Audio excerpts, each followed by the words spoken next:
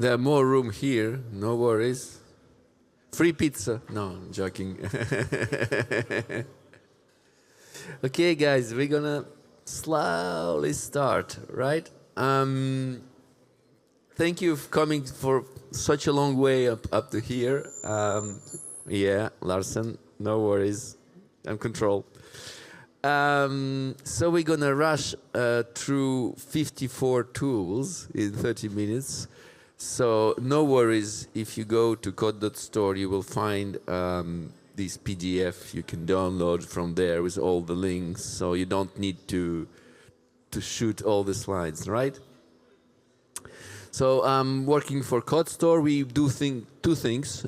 We build headless CMS websites, so big websites with a lot of content, media websites from all around the world, and we do business apps with low code. We don't do no code tools. We are coders. We love code store, but we love to go fast and not spend all the money from our clients, and we work with many big brands.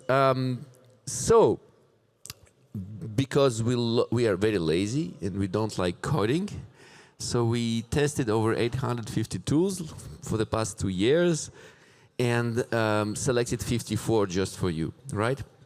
So first, when you are launching a project or thinking of what kind of tools do I need, what is really important from our perspective, because how did we actually select this 54 tools? I think that the first thing, yes, price model is really important, because depending of how your organization works, the per user model, for example, can be very complicated for NGO, which have, like, we have a organization that have 20,000 members, but they have a very small budget.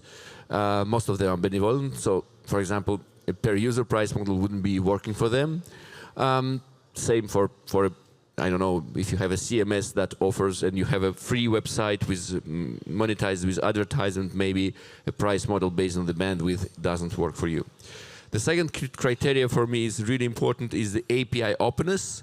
We want tools to be open through the API, so the criteria is everything that is possible through their interface should be possible through the API. And the level of openness of the API is not the same. For example, most of the tools will offer an access to their data through the API, so you can check what is inside, you can read from them, but you cannot create elements, for example. Data reversibility is really an important criteria, is how easily you can switch tools, because, well, you will not be married with them for many, many years. They can change their price model, so you want to extract the data and change the tool, how easily it can be done. And finally, the front and the back split. When the tools offers something, it joins with the API openness. I want to be able to not using their front end at all and communicate with them through API, because I have apps, I have my own front end, right? So we start with the first selection of tools, which are managing communities. Communities management is an extremely hard problem, functionally hard, because you have a lot of interactions. You have sign-ups, you have groups, you have likes, you have everything that is you see in social media, and you do not want to manage your community yourself. You can definitely create a community website using Bubble or Xano or WeWeb, whatever, but you don't want to do that. So we selected 3 of them, quite different one. We have circles, which provide membership, live stream, events and stuff. So this is really our preferred choice. Stream really adapted for mobile apps. It's a little bit costly, but it's a very powerful, excellent developer experience. So you can really build up entire community just inside your app. And finally, Discord, because you can build up on top of this platform quite easily. You can create bots that interact, so it will be on the look and feel of the Discord, but you can create real community and animate them through bots. The second category is about newsletters. So if you send newsletters to your audience, well, Mailchimp, probably everybody heard about Mailchimp, I suppose. Yes, ConvertKit is a very nice one too. You can create forms and you can add landing pages, what Mailchimp doesn't really do. And finally, Drip is really adapted for e-commerce mailing systems, abandoned cart and stuff.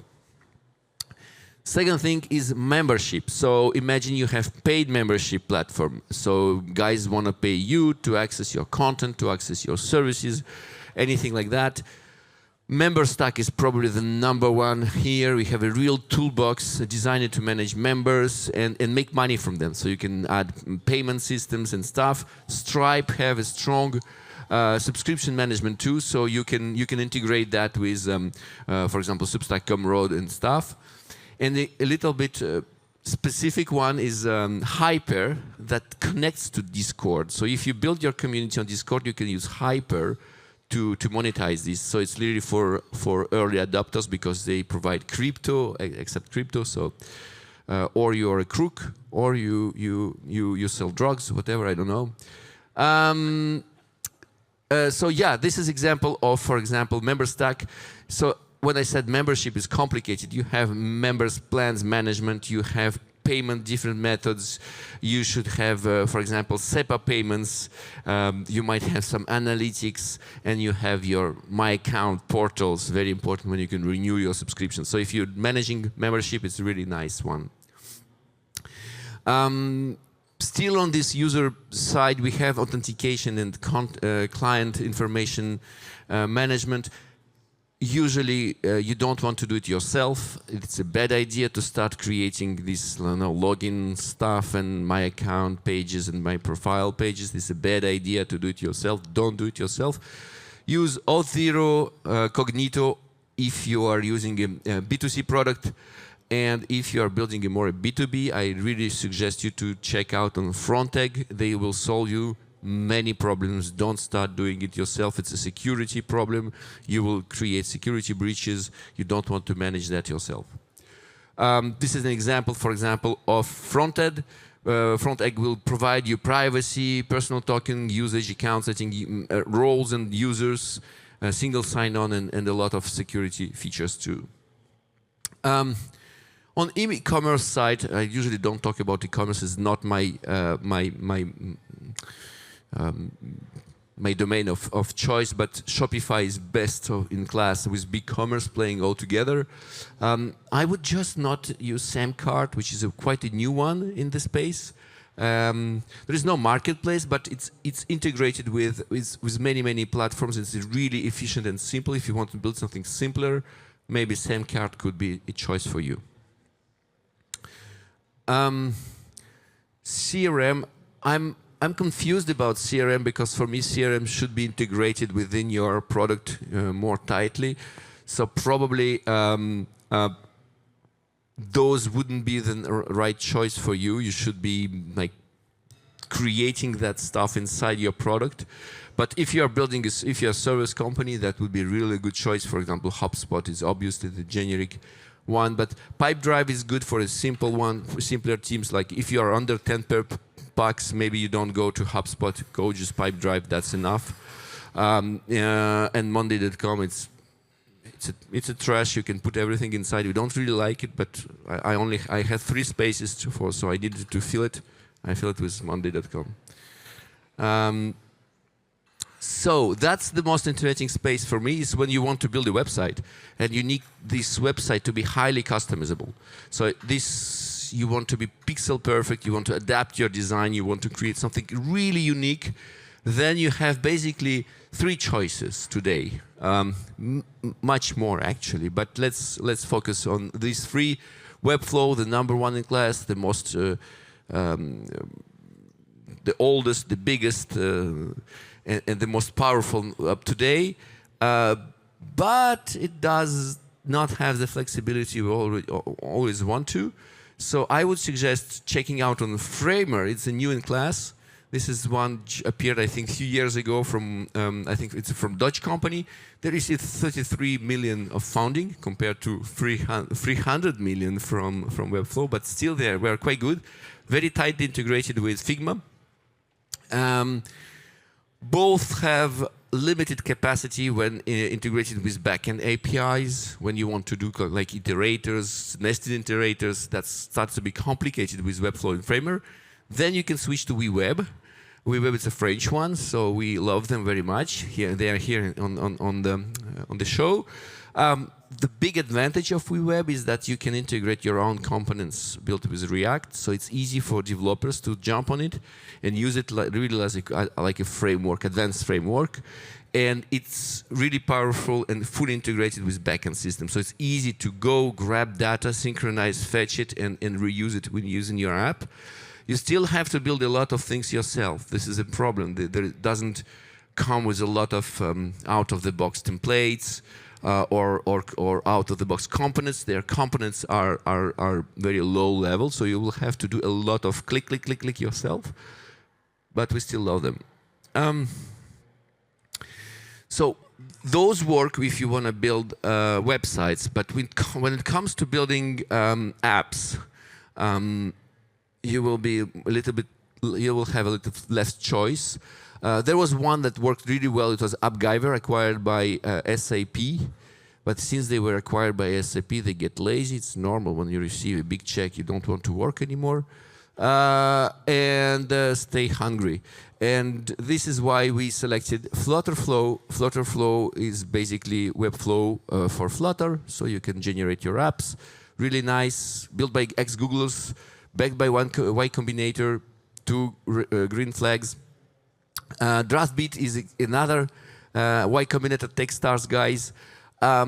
They are, on the left we have a Flutter domain. Here on Draftbeat we are more on the React Native domain. So more or less the same building apps. I love the number of templates of Draftbeat. And finally, Glide, we have Xamarin, so we have all guys from all the potential mobile frameworks. We have the Flutter, the React Native, and the Xamarin. Microsoft, they don't really build native mobile apps, but their framework of building apps is really nice. You are building web apps, which are PWA and quite easily adapted. So this is from Driftbit. As you may see, there are very different templates available, from financial apps to chatbots to news apps. You can really go quite quickly with them. The problem when you're building these front-end apps is that usually you will have to create a lot of stuff yourself. When building internal business apps, you don't really need this level of customization. You want to go fast. And here there is really one platform that really outplays everybody else. So we tested Mendix, we tested Uncork, we tested OutSystems. We obviously tested Microsoft Power App platform, which is the shittiest one in the world. So don't buy Microsoft, please, guys. They are really bad ones. If you are an IT director and you, oh, yes, I already paid for that. Yes, you paid for a piece of shit. Don't use that. You have one of the multiple choices here: Mendix and OutSystems and platforms that are old low-code platforms. They're running with a 20 years old architecture. When we do audit of apps built with these platforms, we see that to use them, it costs 10% more than using React or Native. So don't use that. So we have a real concrete example of a Swiss company. They spend 6 million a year on their Mendix platform with the developers and building platforms. And when you compare numbers, they are 10% slower and more costlier than using React and Node.js. So why? But if you really want to save money and go fast, I would really recommend Retool. Again, there is no need for anybody else here on this category. They are completely very best platform in the world today. They might change. WeWeb, because you can do this really easily, access backend, fetch data, they are still very nice if you want to have the retool capability, but with customization of the front-end level of a website. If you're working, for example, luxury industry, that would be nice. And if really you like danger and playing with code, you can go with AppSmith because they are open source. You will not be vendor locked, but you will have to work way more to build your apps. The AppSmith basically copy-paste what Retool does, so it's like Retool for free. So this is an example of an app built with Retool. to see the level, it's a full financial ERP managing $20 million of revenue per year, entirely replacing Oracle NetSuite. So you can go production ready, building invoices, financial apps that are completely functional, and yeah, the one we built, but yeah. And one of the things we really like about Retools, it's not only the front-end building thing. It can connect to the database, it can connect to APIs, GraphQL, whatever you have in the backend, but it also offers a workflow management platform, a little bit like Make does, but you can create workflows that are running in the background. This is an example of revenue recognition. The full revenue recognition system is built upon 4 quite complex SQL queries. No worries, these SQL queries were written by ChatGPT. I don't know how they work, but they work. That's nice. One of the things you often forget when you're dealing with a lot of data is relying on search, because accessing your data is quite important. All the tools I've been presenting you, they have no search capabilities. So you might need to integrate external search systems. There are 3 of them available. Algolia is the #1 today, French startup, very nice. And there are 2 competitors, a little bit. One is open source, TypeSense, and one is blazingly fast, MiliSearch. So if you have a performance problem, like e-commerce website, or something where you need real high performance, MiliSearch would be your choice. Be careful, all of them are obviously quite expensive if there's a lot of search volume, if there are a lot of queries. Be careful about calculation of how much it will cost you at the end. Security is, well, it's a quite complicated category here, because obviously there's so many tools as there are security problems. So just to highlight a few of them, Datadome is really bot protection. So if you're working with, for example, a website that provides a lot of publicly accessible data, comparison, guides, media websites, recipe websites, automotive websites, whatever that provides a lot of data that are openly accessible, you want to protect that from AI bots or from competition to stealing your content. This is Datadome. Mindflow, they're here, over here. This is a no-code tool to build scenario over security. And finally, there is an open source one, CrowdSec, which is a friend of mine who built crowdsourced attack. So it's basically like, I would say, peer-to-peer anti-attack system. And finally, performance. Again, if you are dealing with high load, high performance system, you will need to add something on top of your system.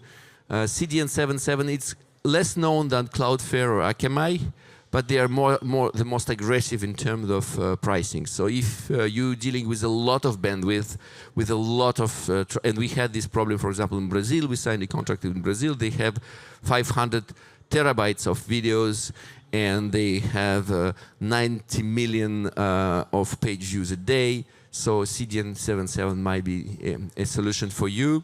Vercel, probably everybody knows that if you want to host the front end yourself, that will connect to your back-end systems. Vercel, it's today the best system I know. And Sentry, it's giving you kind of a scan. We call it PET scan of your app. If something goes wrong, you can install Sentry on your platform and to see what really goes wrong inside. Where the problem is, it on the database access layer, on your framework layer, or on your queries layer, whatever. Well, this category is obviously necessary today. Everybody talked about that, but everybody knows OpenAI, yes, but there are other systems we really liked. We really like to work with Cohere, because Cohere offers you a very large window of tokens, which over 100,000 tokens. Tokens is like words. So why it's important? It's important because if you don't want to train your large language model. If you are not specialist of that, it would be complicated for you. But you still want to, for example, put all your documentation and create prompts that can ask questions to all your documentation. And this documentation is like maybe 60-page long or 50-page longs. This is where Cohere is good. You can load your entire document as a prompt, and this is why you need 100,000 tokens, and then ask questions without training, without even without using, for example, a vector database. And AI 21 Labs is if you want to pre-tune model for specific tasks like client supporting tickets. You can very easily fine-tune models yourself, which is useful because if you want to fine-tune models with OpenAI or Llama 2, for example, it requires you more advanced knowledge of how it works inside. With A21, you can do it quite easily. If you want to create videos on your platform, this is the ones we really like. Synthesia creates you a large number of characters that can speak any language. So you can put real humans on your video that talks your text. So you can generate, for example, sales proposals. We know that if a sales proposal is just a PowerPoint file or Google Slides, it will have less conversion rate rather than if it's human who talks to you. Just take your sales presentation, whatever you're selling. We tested it with, for example, real estate. When the real estate agent sends out a proposal, if we put Synthesia on top of that, they have 15 to 20% more conversion.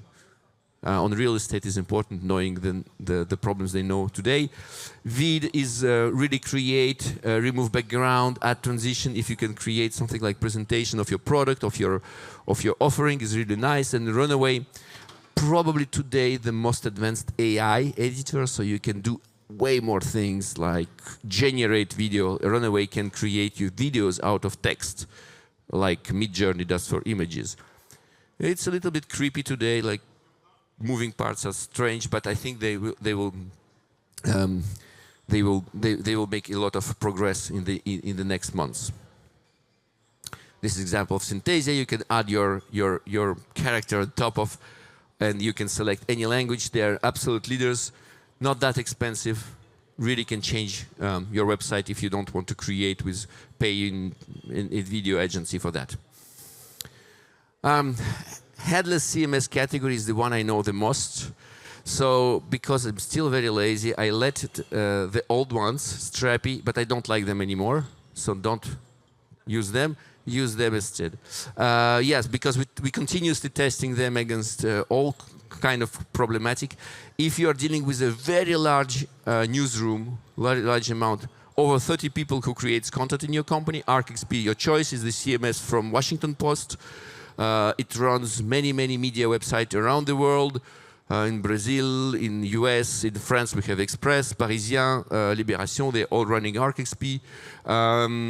And if you're dealing with structured content, like Strappy, Directus is less known. Everybody knows Strappy here, I suppose. It's French.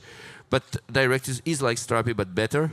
They provide background workflows management system. So really nice if you want to create complex websites without coding. You can go really far away with Directus without starting to code. And they are open source, providing cloud version too. If you are in the corporate world, probably Content Stack would be still recommended. Ideally, don't do IEM, Adobe, or Sitecore, but this is something really nice. And HighGraph is interesting if you're dealing a content hub. For example, you have multiple websites on different technologies, WordPress, Drupal, some other Shopify e-commerce, and you want to federate all that data on top of a central content graph. You can use HighGraph based on GraphQL. The category is the most complicated one is when you want to build the backend systems, because almost everybody here offers workflow automation and front-end builders. You can drag and drop your building blocks and create your pages. Easy job. When it comes to the backend, creating an API is not that easy. There is no that much choices here. For me, you have Supabase, which is basically database with an interface. You have Airtable if you don't deal with a large amount of data, you can use Airtable. But for most of the people, when you are dealing with real application, with the real complexity, none of these choices will work. So I will suggest you AutoCode, less known, you probably never heard about it, but you should really check this out. You can really build API really quickly. It's a low-code platform. You still have to write some JavaScript. But you don't have to deal with all the complexity of running Docker, Kubernetes, deploying APIs, security, and how you create your endpoint and how you describe everything. So really, really interesting tool for those of you who code. And for those of you who do not code and still want to create something complex, Xano, they're here. Really amazing choice. We tried them on many projects. We love them, and developers love them too. If you don't code, you can create API endpoints within minutes and in the right way. So with history, versioning, rollbacks, and security, and built in the right way. For example, if you do REST, they use all the HTTP codes like put, delete, update, and stuff. So Xano is really the best in class. AutoCode for coders and Airtables for the rest. So this is AutoCode. As you see, you still have to write a little bit of code. Don't be scared here, but the rest is really amazing. You can prototype with AI, for example. They offer you a simple way to try APIs. Finally, workload automation. Everybody does that. Not an interesting topic. Pick whatever you like. Doesn't matter. Make the most known. Take them if you want. If your price model works with you, Tray.io does you the same. Funnel, if you work with more marketing data and more volumes, that makes doesn't let you play because of the price model. And finally, I think I said finally 5 times already. Is it 54? No, you don't count. Okay, so API gateways are tech stuff, so it shouldn't be on the no-code side. It's still important because many of your clients may ask you what happens if I put API and there are some external developers. You want security. API will provide you throttling on access on your API to protect your backend. For example, if you're offering something with LLM, you pay for that. You want to throttle that access through your API. Kong is the very best in class again. Chicken open source, very, very powerful, very in terms of performance is the best. And Gravity, I don't remember, it's not, I didn't do this slide myself, so I have nothing to say about Gravity more than that. Sorry about that. So if you have any questions, I think I'm done. If you had any questions about any of these tools, yes, please. Hi, thank you for your talk. Imagine you were on a desert island co-working space and you only had 3 tools to choose. Which would you go for? So I think if you're a co-working space, I would go with WeWeb because of your website, Xano to build your reservation system of the rooms and stuff, Stripe for payments, and you probably need HubSpot for CRM management. I think that's enough. It's 4 tools, but you need more. Any other questions?